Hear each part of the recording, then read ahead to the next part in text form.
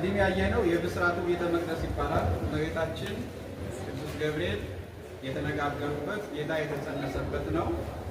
ይሄኛው ደግሞ እመቤታችን ልክ ከኢየሩሳሌም ከሰሎሞን ቤተ መቅደስ ዮሴፍ ተረብቆ አምጥቶ ያስቀመጣት እዚህ ነው። ጌታችን መድኃኒታችን ኢየሱስ ክርስቶስን ጸንሳ ወናሁ ኤልሳቤጥኒ ተማጥማደኪ ይላል። ከዘመዶችሽ ወገን የምትሆን ኤልሳቤጥ እንኳን ካረጀሽ ካፈጀሽ በኋላ ጸንሳለች። አስቡላቸው ባካቸው። ይኸውም 6 ወር ሆኗታል ሲል እመቤታችን በቀጥታ የገብርኤልን ብስራት ከሰማች በኋላ ወደ አይነ ከርም ነው የሄደችው። ገብቷቸዋል። ከዛ በኋላ ኤልሳቤጥ መውለጃዋ እስከሚደርስ እስከ 9 ወር ድረስ በዛው በአይነ ከርም ነው የቆየችው። ስንት ወር? ወነበረት እምኔሃ 3 አውራሃ ይላል ወንጌሉ፣ የሉቃስ ወንጌል። ከእሷ ዘንድ ስንት ወር ተቀመጠች የሚለው? 3 ወር ተቀመጠች ይላል። የኤልሳቤጥ መውለጃዋ ሲደርስ ሳትወልድ ተመልሳ ወደዚህ መጣለች። የመውለጃዋ ጊዜ ሲደርስ ደግሞ ትቆጠር ዘንድ ወደ ቤተልሔም ሄደች ነው። አሁን ከናዝሬት ወደ ቤተልሔም ሄደች፣ ልጇን ወለደች።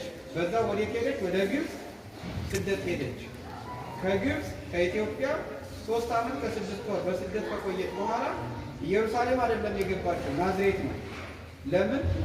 የሕፃን ነፍስ የሚሿት በዛ አካባቢ ይኖራሉ ብሎ ስለተፈራ ሄሮድስ ሙቷል። የዚህ ሕፃን ነፍስ የሚሿት ሙተዋልና ሕፃኑንና እናቱን ይዘው ወደ እስራኤል ግባ ነበር ያለው መልአኩ ቅዱስ ገብርኤል። መጀመሪያ ምን ብሎት ነበር? በማቴዎስ 2 ላይ ስናነብ ተንስ ንሳ ሕፃነ ወእሞ ወጉዬ ብሔረ ግብፅ ወንበር በህየ እስከ አመ ነግረከ ይላል። ምን ማለት ነው? እስቲ በግምት ተርጉም ውስጥ ገምቱ። ኑሯችን ሁሉ በግምት ነው እኮ ግምት ነው። ይሄም ግምት ነው። ጥሩ ነው። ጥሩ ገምታቸዋል። ተንስ የሚለውን ሳትተረጉ ማለት ነው። ተነስና ሕፃኑንና እናቱን ይዘህ ወጉዬ ብሔረ ግብፅ ወደ ግብፅ ሀገር ሂድ ሽሽ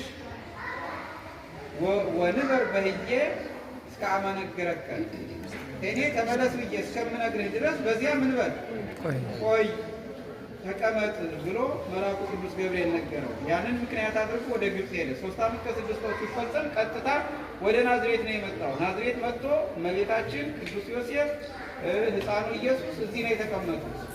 እዚህ ነው ብዙ ስራ እየሰራ ያደገው። ስንት ዓመት እስከሚሆነው? 12 ዓመት ሞልቶት ገብቶ በምኩራባቸው ቅድም ያሳየኋችሁን ትምህርት እስከሚያስተምር ድረስ ማለት ነው።